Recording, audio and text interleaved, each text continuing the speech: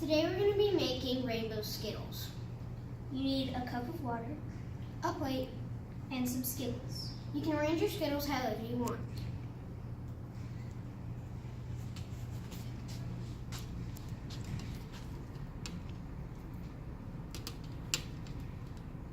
Wait.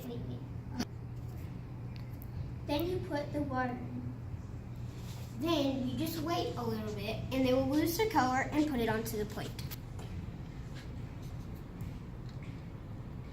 Pour where there are no Skittles, or you might move your Skittles.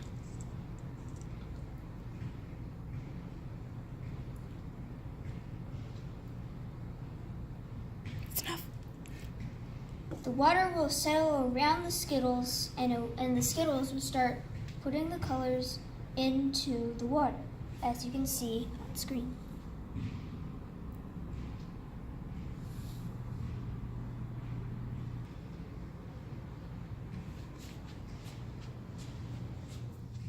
That's how you make rainbow Skittles.